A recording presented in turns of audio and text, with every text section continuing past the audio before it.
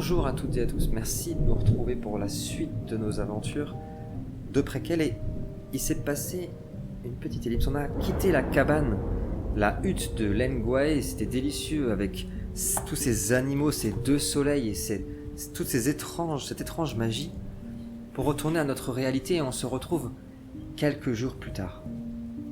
Vous serez réveillés de ce doux songe, de cette étrange expérience dans les ruines de la capitale d'Ava, dont vous êtes revenu jusqu'au camp militaire de notre premier épisode, Bredouille.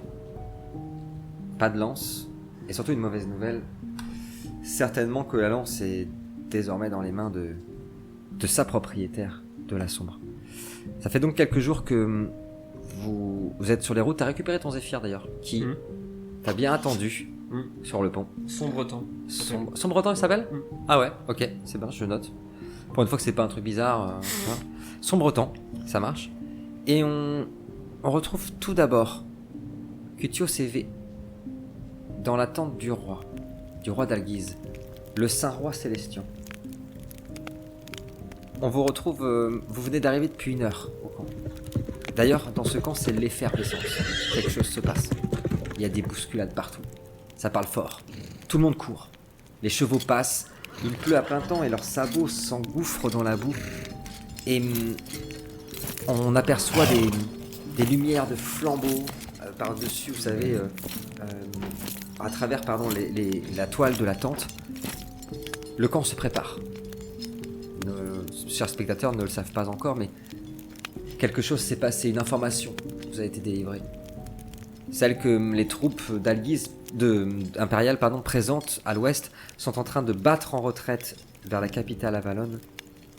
Et donc, qu'il est temps pour vous d'aller leur porter le coup fatal qui vous ouvrirait la voie, enfin, vers la capitale et peut-être la fin de la guerre.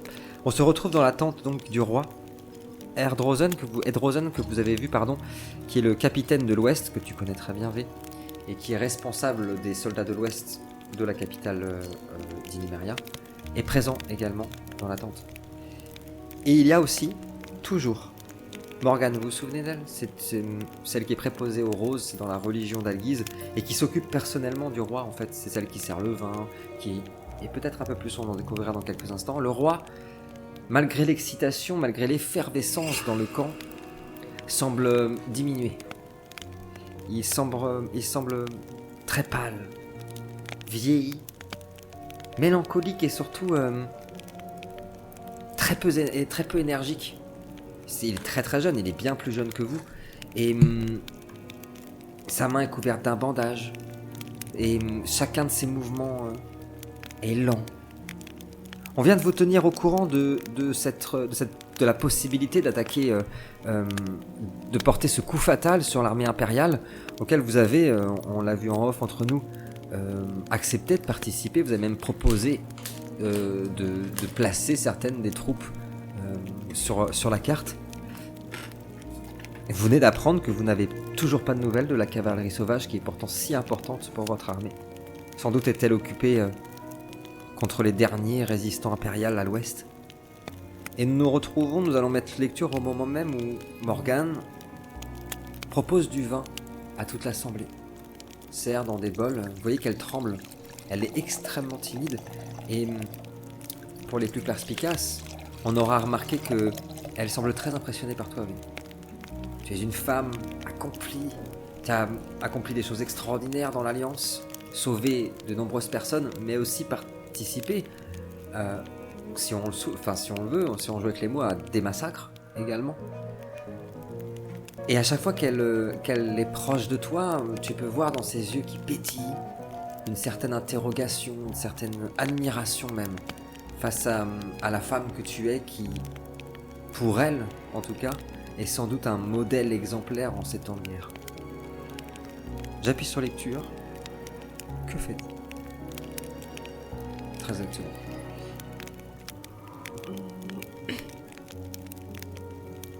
De me retrouver dans l'effervescence du camp, Ouais. sur la bataille, on est de nouveau dans un contexte de guerre, même si c'est une ambiance que j'aime pas du tout. ça reste une ambiance que je connais que trop bien depuis ces dernières années. Et donc, ce sentiment d'être un peu perdue, complètement confuse, se dissipe. Et je récupère des repères, des automatismes, des visages connus aussi, à retrouver des visages connus, etc. Je remarque que Morgane est impressionnée, effectivement. Ouais. Et je lui adresse un sourire encourageant, en Carrément. fait. Je lui adresse un sourire encourageant et l'état du roi m'inquiète un peu quand même. Ouais. Assez instinctivement, de nouveau, comme j'ai retrouvé un petit peu mes réflexes, je tends mes sens pour essayer d'aller tâter, voir s'il y a quelque chose en fait autour de lui. Est-ce qu'il y a Je veux bien, des s'il te plaît, un réponses? perception et occulte. Tout à fait. La jeune Morgane aura évidemment rougi et souri au geste que tu as fait pour elle. Cutios, elle s'approche de toi, baisse les yeux, te regarde absolument pas. Elle connaît ta réputation, elle sait que tu es capable du pire. Et elle te sert un bol de vin en tremblant. Et elle te le tend. Ok. Moi je le prends et je l'évacue sec. Ok. Le roi prend parole. Je tiens à vous remercier, Cutios, d'avoir accepté de participer à cette bataille avec nous. Je lui réponds c'est parfaitement normal, roi. Une mission digne de mes compétences et de ce qu'attend de moi le dieu Nadir, contrairement à d'autres missions qu'on a pu me confier par le passé. En faisant référence du coup à Bien le sûr. truc de la lance. Bien sûr. Il a retiré le bandage de sa main. Tu auras aperçu quelque chose, tu vas me dire dans quelques secondes. Et il passe quelques secondes sa main au-dessus du brasero. Cette bataille sera décisive. J'espère que je pourrai compter sur tous les deux. Je lui dis, je suis d'accord avec vous, roi. La bataille est absolument majeure et les enjeux sont colossaux. Et moi, donc ça je le dis pas, mais dans ma tête, pour moi, il y a l'enjeu principal, c'est pas tant d'en finir avec l'Empire. Pour moi, c'est j'ai envie, il faut que je me rattrape vis-à-vis Oui. du dieu Nadir, où Ouais. j'ai un peu le sentiment, le fait d'avoir eu une volonté personnelle. Ouais. J'ai un peu le sentiment comme si je l'avais trahi en quelque sorte. Et là, j'ai envie de lui montrer que je suis toujours fidèle à sa cause et que c'est moi son meilleur outil. Donc j'ai Une vraiment pioche à envie mes yeux. de montrer le meilleur de moi-même sur le terrain. Et donc pour moi, la bataille, il faut absolument non seulement la remporter, mais il faut éliminer entièrement les Entièrement. forces de l'Empire, quoi. Si la sombre, et ce que vous me dites est vrai, arrive avant nous jusqu'à Avalon, et surtout, si elle pouvait s'incarner dans le corps de l'empereur, si tout ça se passe avant que nous mettions la main sur la capitale, tout ce que nous avons fait aura été vain. T'as fait combien, Alia 3 sur 6. 3 sur 6. Il n'y a pas trop de doute sur le fait qu'il ait la maladie noire. Je sais pas si on l'a déjà abordé, c'est possible qu'on l'a déjà abordé. Il a des cloques sur les mains, sur la chair, qui peinent à dissimuler maintenant. La maladie noire, c'est une sorte de peste, en gros. C'est hyper contagieux d'ailleurs. C'est une maladie qui affecte les mortels et les immortels sur R2. Et quand on est immortel, ce qui est le cas de ce roi, c'est-à-dire on ne sait pas qui sont réellement les immortels dans Préquel, ce sont des humains qui peuvent vivre plus longtemps et qui ont plus de pouvoirs magiques, une relation avec la magie plus forte. Bref, cette maladie est beaucoup plus forte chez les immortels, et on dit qu'elle condamne l'âme de celui qui a cette maladie-là à être dévoré par la sombre, justement. C'est la seule chose que tu as ressentie, sinon tu ressens de l'inquiétude, mais c'est tout. Est-ce que tu veux faire une dernière chose, Léa, avant que je passe à notre ami Florilège? Oui. En ressentant ça, je pense pas que parmi mes pouvoirs j'ai de quoi. Alors le guérir certainement pas, mais Par expérience, soulager ouais, une partie. tu sais par expérience. Insuffler une forme Ouais. d'apaisement même temporaire, Tu en peux- me disant que j'ai besoin qu'il soit, enfin qu'on a tous et toutes Carrément. besoin qu'il soit concentré pendant la bataille en fait. Carrément. Donc, Tu peux essayer, je vais te demander un exploit de médecine C'est-à-dire un exploit de médecine, on ne jette que la compétence médecine et on veut le maximum de résultats. Parce que par expérience, tu le sais, cette maladie, malheureusement, c'est arrivé une fois dans l'histoire de Préquel, mais n'a jamais réussi à être guéri. Ah, j'avais 2 sur 3. 2 sur 3, c'est pas mal 2 sur 3. En fait, en apposant tes mains, encore une scène qui risque de t'ennuyer à mourir. En apposant tes mains sur la sienne, est-ce que tu le touches? Ou tu gardes...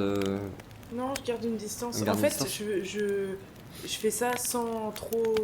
L'idée, c'est de le faire discrètement. Ouais. Je fais pas ça pour en retirer quoi que ce soit. D'accord. L'idée, c'est vraiment de faire ça très discrètement. Sans même que lui, nécessairement, s'en aperçoive. D'accord. Plutôt pour... en fait, c'est quelque chose que...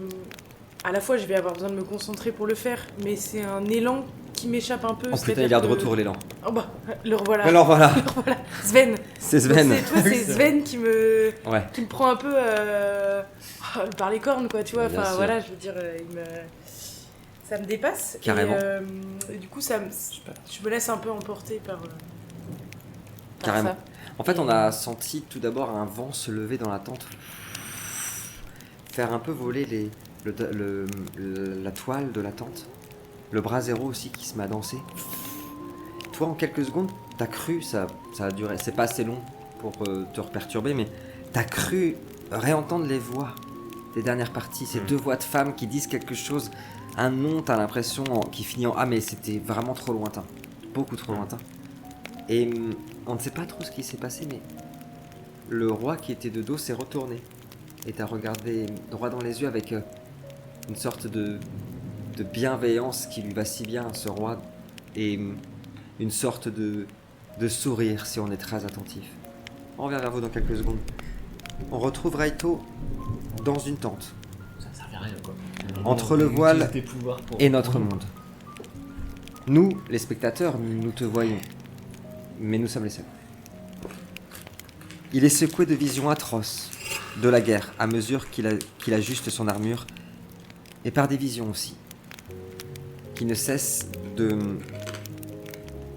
d'arriver à ton esprit depuis que tu es ressorti du voile de chez Lengwae, des visions où tu te trouves dans une situation terrible où tu dois sauver V. Tu la vois sur le trône de l'Empire, inconsciente, prête à être dévorée par le dieu Nadir. Et à chaque fois, dans ces visions, tu essayes de la sauver et t'y arrives pas. Trop bien. On entend aussi une voix, nous qui sommes omniscients, tandis que tu es dans la même position que tu nous as décrite dans les derniers épisodes, en méditation. On entend aussi une voix Raijin, dire dans votre langue « Laisse-la, laisse-la au destin des hommes, tu es notre élu. Leur terre elle est stérile et condamnée. Sauve-nous, mais laisse-la. » On va prendre quelques secondes pour parler de l'endroit où tu te trouves actuellement, entre les songes, entre le voile et notre terre, parce que s'il paraît quasiment impossible pour le commun des mortels de se figurer le voile, nous pouvons tenter de l'aborder ainsi. Imaginez, vous qui nous écoutez, une toile d'araignée et toute sa complexité. Imaginez comme celle-ci est parfaite, résistant au temps et vibrant à mesure que le vent siffle à travers elle.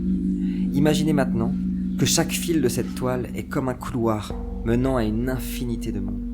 Bien, nous sommes presque arrivés au bout de notre voyage imaginaire. Maintenant, imaginez que le voile comporte un nombre infini de toiles, toutes reliées les unes aux autres, soit par le temps, soit par la matière, soit par l'énergie. Voilà dans quel monde évolue Raito. Et nous le retrouvons dans un de ces couloirs spectraux. Entre le passé et l'avenir, entre la réalité et le songe, entre le souvenir et le futur, il arpente un temple Raijin en l'honneur de son dieu dragon. Celui-ci est fait d'énergie et d'éclats d'obsidienne. À mesure qu'il arpente le couloir, nous entendons la voix de Kibo, une Raijin très chère à Raito. Nous avons besoin d'un roi, Raito. Nous avons besoin de toi. Il t'a choisi, nous t'avons choisi. Embrasse ton destin. Embrase notre destinée. Et cette voix continue de nous accompagner dans ce couloir, et tu arrives enfin, Raito, devant une immense assemblée. Des centaines de Raijin, des milliers de Raijin se tiennent là, leurs lanternes à la main tous. Beaucoup portent les stigmates des innombrables batailles du voile. Beaucoup sont blessés, beaucoup sont meurtris. Tous sont sans patrie. Tous sont égarés. Tous attendent depuis des générations la terre qui leur fut promise. Raito, tu pénètres dans l'immense hall spectral, et nous entendons la foule clamer ton nom et répéter un mot. Rio. Rio. Rio, ce qui veut dire dans votre langue roi dragon. Raito, Kibo. Je dis la Raijin, je rappelle que les Raijin n'ont pas de genre. Mais nous qui l'entendons, nous avons l'impression que sa voix paraît plus féminine que les autres. Kibo s'approche de toi, portant fièrement son armure d'écaille rouge et sa lanterne à la main. Et elle te dit: il est temps, Raito. Ton peuple t'appelle. Deviens ce qu'il espère. Tu es face à tous ces hommes et tous ces Raijin que tu connais. Tu les connais tous. Tu combats avec eux depuis des siècles dans ce voile qui s'effondre. Et tu leur fais face. Et ils sont là à t'acclamer, à faire de toi le roi, l'élu qu'ils attendent. Comment tu réagis et surtout, où est-ce que tu te positionnes par rapport à tout ça? T'as rien choisi. C'est pas ta volonté. On n'est pas sur une manipulation comme peut le faire le dieu Nadir parfois. Tu as été mis là parce que par rapport aux autres Raijin, tu as une destinée particulière. Que fais-tu et comment tu te positionnes par rapport à tout ça? Bah déjà ça flatte fort mon ego. Oui. Qui est très important pour les Raijin. Parce que voilà, c'est quand même un honneur. Oui. C'est un honneur en plus. Raito, il a été longtemps sans but et mission dans sa vie en fait. Normalement les Raijin naissent, ou apparaissent parce qu'on ne sait pas, ils grandissent pas de la même façon, on ne sait pas d'où ils sortent ni quoi que ce soit. Mais en fait avec une mission, avec un but à accomplir et une destinée, et en fait il l'a eu assez sur le tard. Ouais. Donc effectivement je vais les regarder en souriant un petit peu, en serrant quelques mains le bras comme ça, de certains que je reconnais, avec qui j'ai plus d'affinité entre guillemets. Enfin voilà. Et Est-ce qu'il y en a un, tu lui fais ça? Non. Non. C'est pas une blague qu'on fait chez les Raijin. Non, parce qu'on a des cornes. Ah bah oui. C'est un coup à se blesser ça. Ah bah tu te plantes bah, la main. ouais, Voilà, bien il y sûr. en a un oui. qui l'a fait. Oui. Vous pouvez deviner c'est lequel, c'est celui à qui il manque une main. Et bah voilà. Et bah, il est juste là. Voilà. Et là, bah non. Non, il est comme ça. Ouais bah ouais. Donc je traverse la foule, etc. Je me mets un peu surélevé pour leur parler, et je leur dis que j'ai pas oublié le but de ma mission, que voilà, qu'on arrive à un moment critique de notre existence où il va falloir en fait aider en fait les hommes pour libérer en fait libérer l'oppression de la sombre sur R2, pour qu'on puisse éventuellement y trouver refuge, mais que sans ça on va être encore condamné à fuir en fait pendant des siècles et des siècles. Donc voilà. Surtout que l'étau se resserre, on peut le ressentir à mesure que tu clames ton discours. Au moment où tu as parlé d'aider les hommes, il y a eu un petit blanc. Oui. Parce que les Raijin, sans doute à raison, ont une appréhension énorme sur l'humanité, parce qu'ils les considèrent extrêmement fragiles sur le point de la possession justement et de leur capacité à vite succomber au murmure de la sombre. Ils n'y croient pas trop, tu es sans doute le seul Raijin qui y croit. Mais puisque tu es si important pour eux, ils finissent par t'acclamer tout de même et par te faire confiance, aveuglément, mais pas comme une secte ou pas comme une religion. Il y a quelque chose, cette flamme qui vous anime.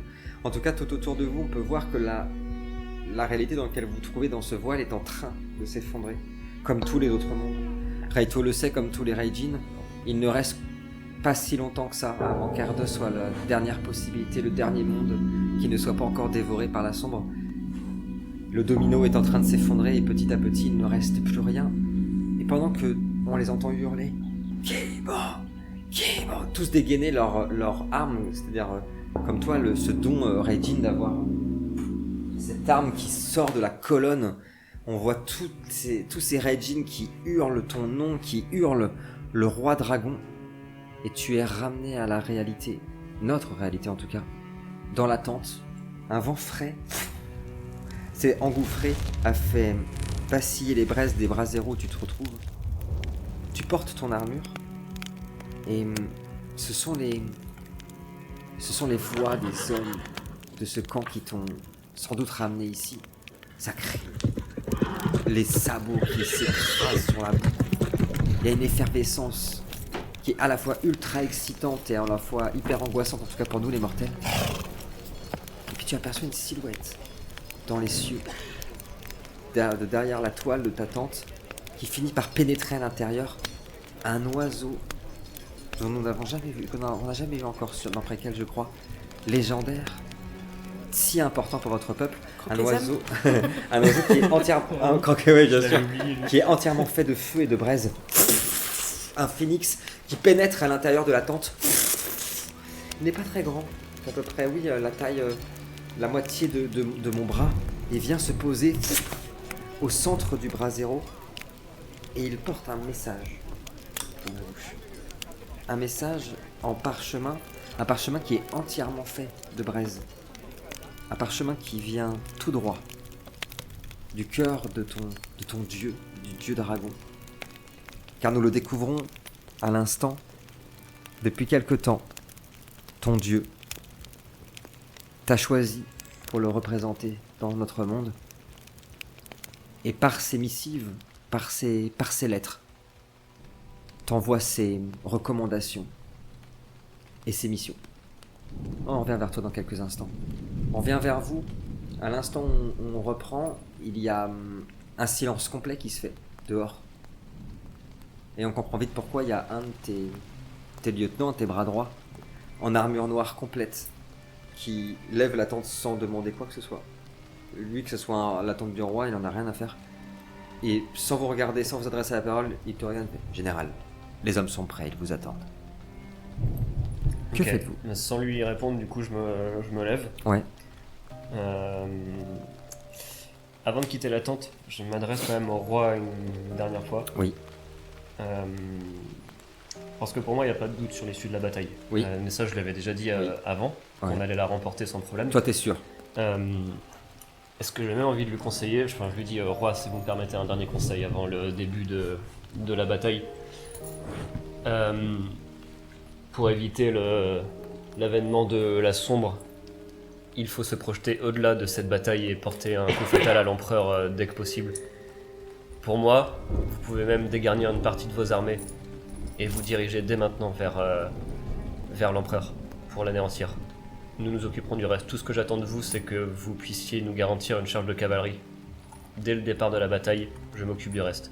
Occupez-vous de l'empereur pour éviter que cette engeance ne puisse prendre le pouvoir sur R2.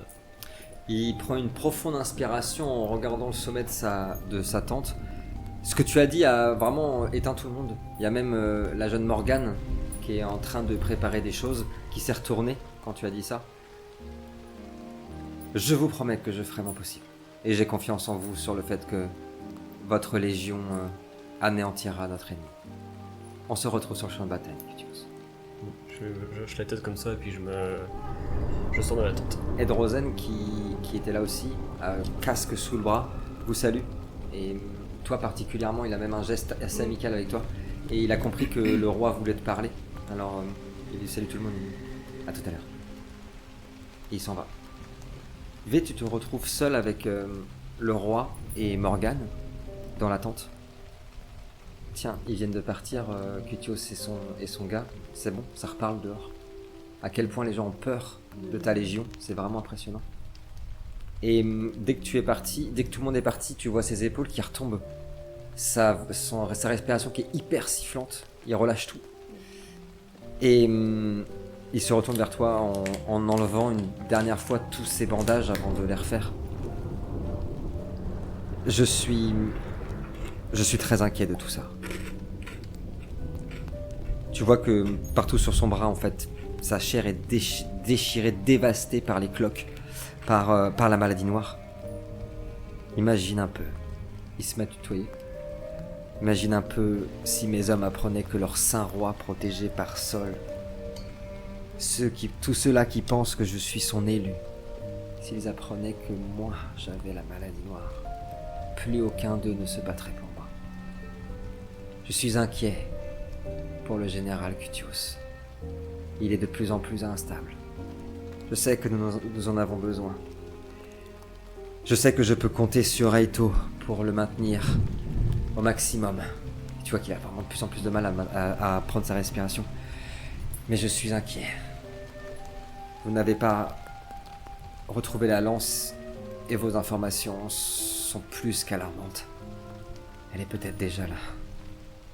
C'est peut-être même moi, ou toi, ou un de ces soldats avec qui nous allons combattre. J'ai l'impression que la situation nous échappe. J'ai l'impression que rien ne peut y faire. Puis tu vois qu'il regarde justement ses bras qui sont couverts de pustules. Puis il se retourne avec beaucoup de tendresse vers Morgane, qui semble hyper émue. Heureusement, je peux compter sur l'aide de certains de mes plus fidèles. Et il te regarde à nouveau et dit: Morgane me prépare des pommades qui me soulagent beaucoup. Et tu la vois qui rougit, elle est justement en train d'écraser des choses, des épices, des herbes. Ça m'aide beaucoup. J'ai besoin... Enfin, j'aurai une faveur. V. Et tu le vois qu'il va chercher les morceaux de son armure, commencer à se préparer. Il n'y a aucun paladin dans la tente. Et cette faveur, je ne peux la demander qu'à toi. Je ne sais pas si tu es la bonne personne à qui je dois confier ce lourd fardeau, V. Ni même si la déesse du mal peut nous entendre et en faire le pieu qui me crèvera le cœur. Mais s'il m'arrivait quoi que ce soit, puis il marque un temps, j'aimerais que tu remettes ceci à Mathilde. Et il te tend ce qui semble être une lettre dans une jolie enveloppe bien scellée avec son sceau. Mathilde, tu le sais, pas de lui, mais des nombreuses rumeurs qui sont dans l'Alliance. C'est une fille comme Morgane, plus âgée, qui est dans la religion, qui sert le dieu Sol, et qui a voué sa vie, qui est détestée à Analgis parce qu'elle a voué sa vie pour les pauvres. Et on leur prête une liaison aux deux. C'était des rumeurs.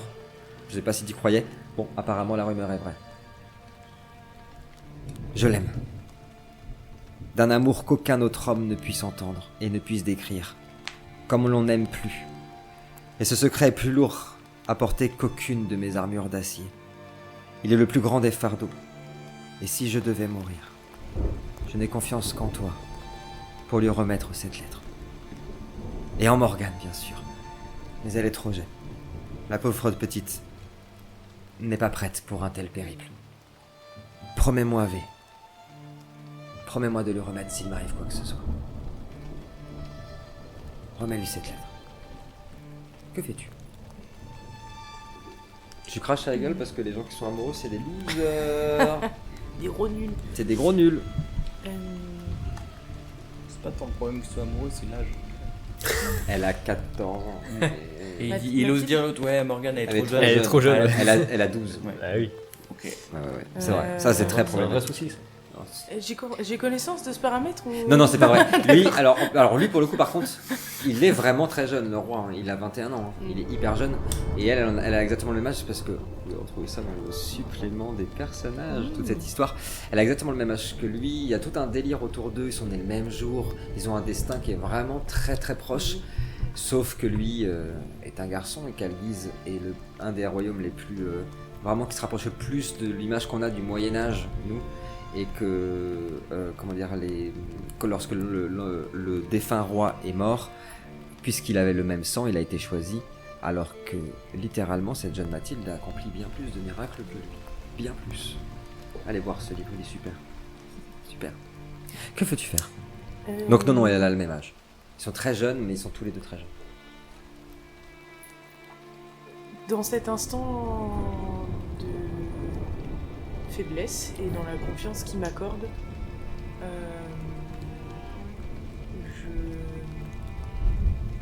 je lui réponds par le tutoiement également, Ok.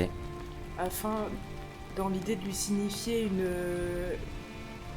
une forme d'amitié encore plus forte. C'est pas de la déférence, Ouais. je le ferai pas parce que j'ai du respect pour sa fonction ou autre. En fait, je m'en fiche de sa Ouais. fonction. Donc c'est vraiment par humanité, par... Carrément. Et donc, je lui réponds de manière un peu solennelle quand même. Ton fardeau, je l'accepte. Avec amitié. Je porterai cette lettre à Mathilde, si jamais il t'arrive quoi que ce soit. Évidemment Ouais, que... pardon. Pardon, ouais. Vas-y, excuse-moi. Oui, Tutio, c'est une menace très sérieuse. Je suis moi-même assez inquiète de son comportement. Je suis assez inquiète de sa réaction potentielle face à la sombre.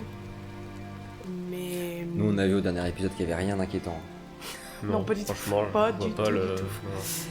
non. Mais ce fardeau de le surveiller, je l'accepte également. Il sourit. J'en suis convaincu. Et il referme tes mains sur la lettre. Et je suis convaincu aussi que ton destin finira par accomplir tout ce que les dieux attendent de nous. Et surtout, et j'espère être encore là pour le vivre, que toutes mes inquiétudes seront vite évaporées par ta destinée. Vous voyez, tu vois Morgane qui s'avance et elle est très très timide devant toi. Elle est hyper impressionnée par toi. Bien plus que par certains capitaines ou gardes du roi d'Alguise. Et tout en remettant les bandages de son roi, avec beaucoup de tendresse, elle lui sourit et lui dit dites-nous encore, Seigneur, Seigneur mon roi, ce que c'est d'aimer dans le cœur d'un porteur de feu. Dites-le nous une dernière fois. » Il sourit, et tout en regardant Morgane puis toi, il nous dit, à nous tous, même à nous qui écoutons cette histoire, l'amour c'est la seule chose qui défie le temps sans emporter les rites, pardon. C'est le murmure d'une aurore qui ne craint pas la nuit, l'océan des dieux qui jamais ne tarit. L'amour c'est la main qui ne lâche pas, même quand le monde s'effondre.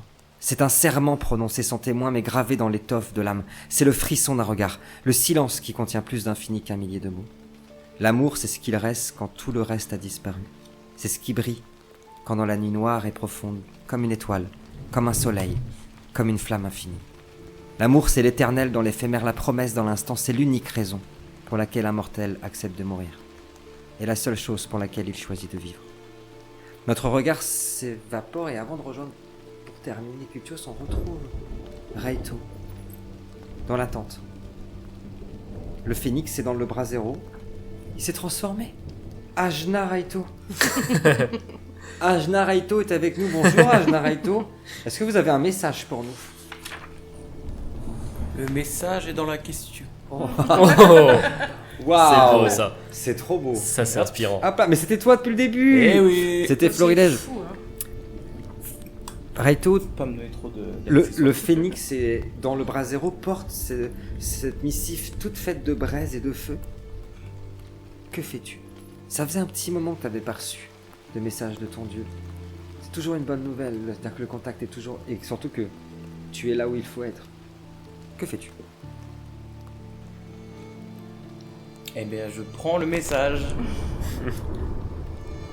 Imaginez que les runes, ce qui est écrit sur ce message s'inscrivent littéralement dans le feu, dans les braises. En fait, tu es vraiment en train d'ouvrir des flammes. Dans votre langue, il est écrit à l'intérieur Nagash, simplement Nagash. Un nom. Un nom que tu connais bien. Un Olivier mess... Nagash. Comment? Oh, Géraldine. Géraldine Nagash. Il s'agit du nom d'un des plus hauts responsables de l'Imperia Sancti, que tu traques depuis un moment. Et sur le message, nous ne voyons que des runes, mais c'est votre manière de communiquer qui est si complexe. Tu reçois l'information concrète, d'une part, que cette bataille est un piège, d'autre part, que vous allez sans doute perdre beaucoup de monde, d'autre part que ce gars-là, le fameux Nagashi est, et que ton dieu t'ordonne. C'est un grand mot, en plus, il n'y a pas d'ordre chez les Raijin. Te demande, te conseille, te suggère de l'éliminer. et que ce sera le premier domino jusqu'à la fin de l'Empire. Que fais-tu? Bah, tue-le, hein. Oui. Eh ben, il est mort. Ça y est. C'est bon, c'est Allez, bon, hop. il est mort, c'est Allez. fait. Je Que sais à fais-tu, peu oui, près ce pardon? qui va se passer quand je vais le croiser, parce que je me rappelle que je suis quand même plutôt bon combattant. Ouais, j'aurais... J'ai même un petit truc à vous avouer, j'ai déjà tué un dieu. Waouh, D'accord. incroyable. Et- C'est bien ce qui me semblait. Un démon majeur. Ah d'accord. Ah oui, oui. Non, aussi ce qui beau me semblait. palmarès, beau Ouais, beau palmarès. palmarès, ouais. Ouais. Cutios, il a C'est déjà impressionnant. tué un démon qui était mort. Et il a cassé des murs. Des murs porteurs. Des murs porteurs. Reste les murs porteurs. Pardon, c'est Fury. Alors c'est effectivement un peu... donc en fait, en gros, si j'ai bien compris, donc c'est une sorte de dilemme quoi. C'est ok, Exactement. soit on y va et du coup j'aurai la possibilité de tuer... Ce gars-là, Ce précisément, que tu connais très bien. mais ce sera certainement quand même une défaite de notre part et un sacré piège. C'est ce que dit ton dieu. Mm. Pour information, connais l'ego des Raijin. Ce fameux Nagash, qui est un très haut placé de l'Imperia Sancti, a été grièvement blessé par les hommes, et les femmes, je me rappelle que sur les deux, de V, il n'y a pas très longtemps, il y a moins d'un an. Et vous savez, dans l'Empire, ils ont ce qu'on appelle l'Ordo Mechanica, c'est-à-dire un ordre qui arrive à contrôler la machine avec presque divinement.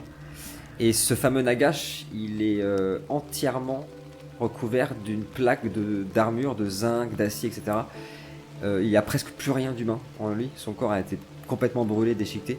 Mais il est quand même considéré comme l'un des plus grands combattants en duel de l'Empire. C'est pas tombé dans l'oreille d'un sourd. Mhm. Je le dis. C'est Non, pas un bah, dieu. Mais c'est pas un dieu. Non. C'est juste Non, un mais bonhomme. bon, quoi. ça C'est- permet de diversifier un peu. Mmh, Quoi, c'est Exactement. Sinon, Ouais. Ça rajoute quelqu'un à ma liste. Voilà. Tu tues des hommes des Sinon, fois. c'est un peu Ça arrive. redondant. Ça arrive, mais pas trop. Plus des dieux. Plus. Plus des dieux. Après, est-ce que là, c'est toujours un humain du coup Ça, c'est une vraie question. Et pour répondre à ces questions, je vous conseille d'aller voir sur Tipeee la contrepartie, le supplément Imperia Sancti, où vous allez découvrir absolument toute l'histoire de cet empire. Oh là là, extraordinaire, et faire des parties, mais un jeu dans le jeu pour moi. Vraiment À extraordinaire. mes yeux, pareil. Oh bah, pff. Bah non, mais je prends note et j'en parlerai. C'est ça qui est chiant avec les Régines, c'est que c'est trop stylé, mais il est obligé de réécrire après sur du Ah papier. bah, et sinon c'est illisible. C'est illisible, et puis va mettre un truc enflammé dans ta poche, toi. Ça brûle. Ça brûle. Donc je prends note, ok, et puis j'en parlerai à qui de droit, sachant que ça se passe en même temps que les autres là. Ça se passe en même temps. Que les autres cafards dans la tente. Exactement. Bon, ok. La brute et l'autre espèce de fille bizarre là. Non, bah je... Attention, parce que tu es assez intelligent pour savoir aussi que les prévenir que ça peut être que c'est un piège ou qu'ils vont peut-être tous crever, ça peut aussi entraîner à ça. Oui. Non, mais c'est pour ça que je dis... Enfin, je garde l'info, je la donnerai en temps voulu à qui veut l'entendre. De toute façon, nous. Si vraiment ça arrive. Oh, c'était un piège. Après, fait, je nous, le savais. Ah pardon.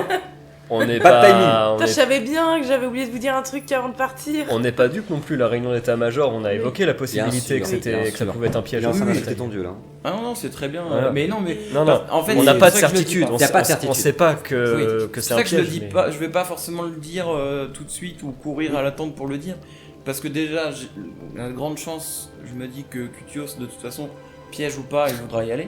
Oui, Ça, Non, mais, donc Oui, en fait, il me connaît bien, hein. ça change- Il te connaît bien. non, ça changera pas du coup vraiment Non. le. C'est Ça va pas changer grand chose. Non, Parce c'est vrai. que ce qu'on n'a pas, c'est l'information de quel type de piège c'est. C'est Ouais, plus c'est ça. Parce qu'en Et je fait, l'ai pas non plus. Quelle est la nature du voilà. piège Et dernière chose qu'on peut quand même dire, c'est que, encore une fois, les Raijin sont tellement particuliers que qu'est-ce que ça veut dire? Ça va être un massacre et c'est un piège pour un Raijin, si ce n'est, ça se trouve une petite subtilité, comme tu dis, où en fait. Un trou dans le sol et un où trou, tu tombes oui, dedans bon, et voilà.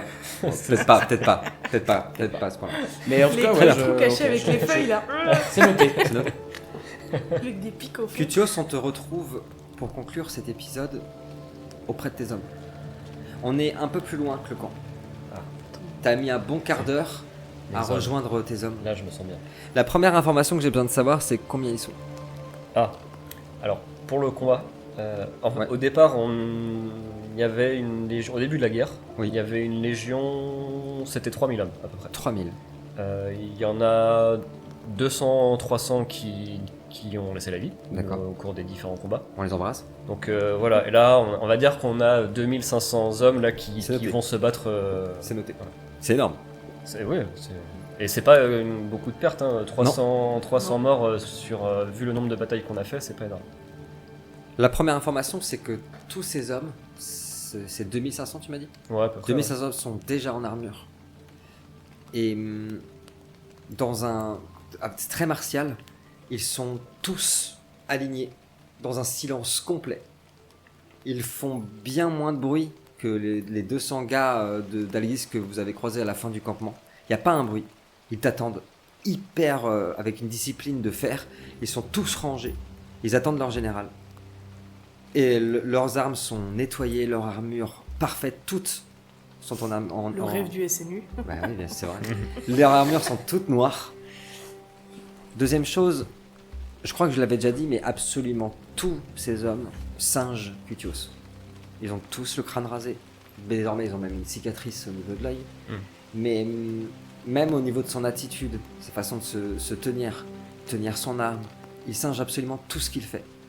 On est très proche de l'adoration par rapport au général. Pas D'abord- du tout une dérive sectaire. Non. Enfin, je veux dire, rien à Non. voir. Non. C'est- Non, franchement non. J'appelle ça une armée régulière, mais. Non, mais non, à mes yeux c'est normal. Et c'est ton nouveau bras droit qui vient t'accueillir. Ce jeune homme est très jeune. Il aurait entre 17 et 18 ans. C'est très difficile vu tous les cicatrices qu'il a, mais sa peau est bien plus lisse que les autres.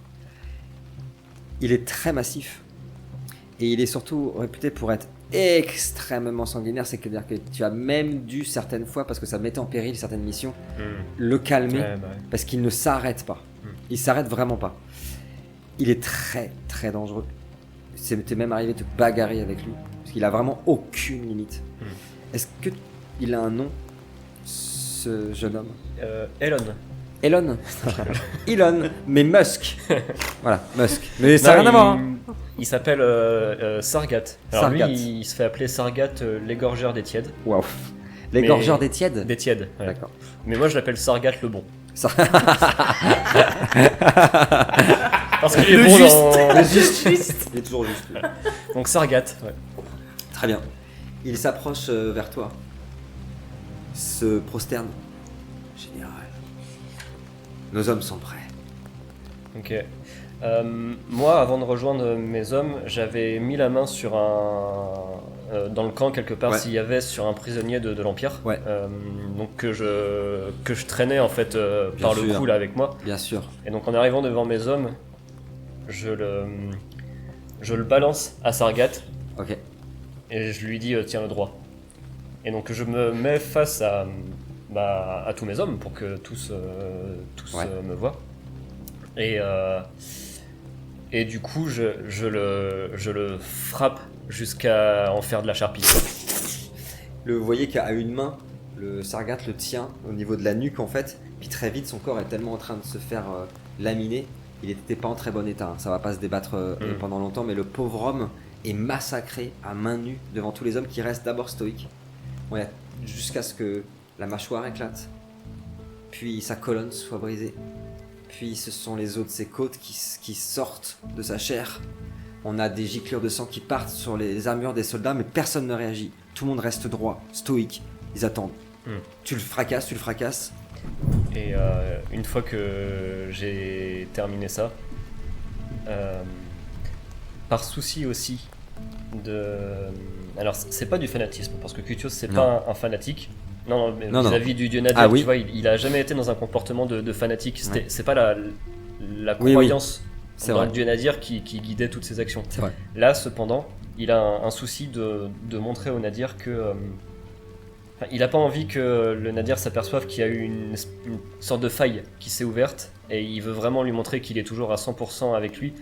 Donc il fait un speech à ses hommes sur le fait que vraiment que le dieu du Nadir, c'est le dieu le plus puissant qui soit, qu'il est avec nous pour cette bataille, Bien sûr. et que c'est pour cette raison qu'on va la gagner. Peu importe le nombre de morts, peu importe les souffrances qu'on va endurer nous au niveau de la Légion, on va la gagner la bataille parce que le dieu du Nadir, il est parmi nous, il est en nous. Et donc voilà, je leur fais un speech plus Carrément. axé religion que d'habitude, tu vois. D'accord.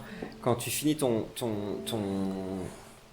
discours, tous les hommes ont dégainé leurs épées, frappent sur leurs armures et vont répéter en chœur un slogan qui est repris dans le Nadir, c'est Nadir Obéa, c'est le nom de ton arme ou ton armure, je ne sais plus, ton épée je crois, De mon épée, ouais. qui pourrait se traduire par en gros le secret dans le Nadir, donc en gros pour avoir le savoir absolu, il faut se plonger dans les ténèbres la plus totale.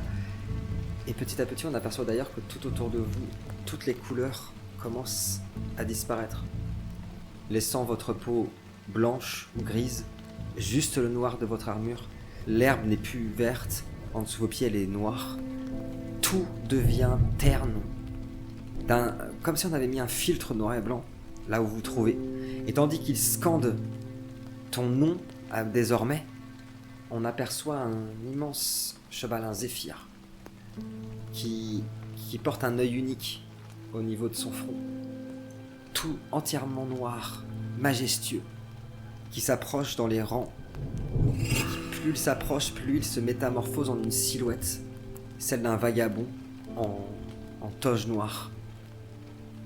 Et il s'avance, il s'avance vers vous et petit à petit, quand les gens le voient, ils font silence et s'agenouillent. Et cette silhouette vous parle à tous en même temps, sans crier, sans élever la voix, en plein de votre esprit. Et vous dit ceci: n'ayez aucune pitié. Et quand il vous parle, ça résonne. Ni pour nos ennemis, ni pour ceux qui combattent à nos côtés. Vous seuls allez compter. Vous seuls êtes les fils de la vérité. Vous seuls êtes les enfants du 5e cycle. Vous seuls pouvez voir la lumière dans les ténèbres. Et la silhouette s'arrête devant toi. Voyant que tu ne t'agenouilles pas, tu aperçois que en dessous de sa toge, qu'une lumière s'allume au milieu de son front, comme si au milieu de ces ténèbres qui font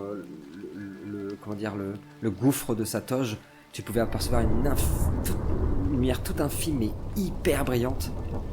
Et juste à toi, dans ton esprit, elle dit ceci: nous y sommes presque, mon général. Tout proche. Tu sais que je vois tout et que j'anticipe tout. Je connais les réponses à toutes les énigmes. C'est moi qui les ai inventées. Je connais le début et je connais la fin. Et sur le champ de bataille, à l'aube demain, le prêtre Ezira Seth sera ta cible, quoi qu'il en coûte. Et je veux que tu retiennes son nom, que tu l'imprimes dans ton cœur, et que tu l'écrives dans ton carnet. Même si l'Alliance doit être vaincue, ce n'est qu'une bataille. Nous remporterons la guerre. Ce prêtre est un maillon important jusqu'à mon accession au trône de l'Empire. En le tuant, tu nous promets l'Empire, mon général. Comprends-tu, Gutios? Et là, du coup, Aïe, aïe, aïe. à la fois un peu fanatisé par ses paroles, et en même temps rassuré. Ok. Rassuré par ce qu'il dit là, parce que j'ai le sentiment que c'est pas une manipulation. Ce qu'il est en train de me dire, c'est qu'il sait vraiment qu'il est capable de tout ça. Et ça me rassure par rapport au fait que ce qu'on avait vu la veille, enfin je sais pas c'était quand on était dans ce monde parallèle là où il y avait Il y a quelques jours. voilà, où il y a un autre dieu en quelque sorte qui disait lui-même que c'était lui le plus puissant, ce qui avait pu me faire douter. Là, j'entends ça, ça me rassure. Et donc voilà, après avoir entendu ça, j'ai l'impression que cette faille qui s'était ouverte, Enfin refermée. elle se elle est en train en tout cas de peut-être diminuer un peu. Je sais pas. Mais du coup, ouais, je lui réponds. En fait, je lui réponds rien. Juste, je prends mon épée qui est une épée à 2 mains normalement. Donc l'épée qu'il m'avait offerte, enfin qui son outil. Son petit cadeau. Et ouais, elle est tellement encouragée. Je sens une force en moi. L'épée, j'arrive à la brandir à une main. Ouais. Et je la lève vers le ciel comme ça en hurlant un cri le plus bestial possible, quoi. Et tous mes hommes, je les encourage à faire pareil. Tu vois, plusieurs fois, je lève l'épée comme ça vers le ciel. Le cri est si fort que dans tout le camp, nous allons l'entendre et qu'il va glacer le sang de tous les mortels présents dans le camp, qui vont laisser pénétrer ce cri et le silence à la fois à l'intérieur de ce camp pendant quelques secondes. À la semaine prochaine, ça va pas être beau. Écran noir.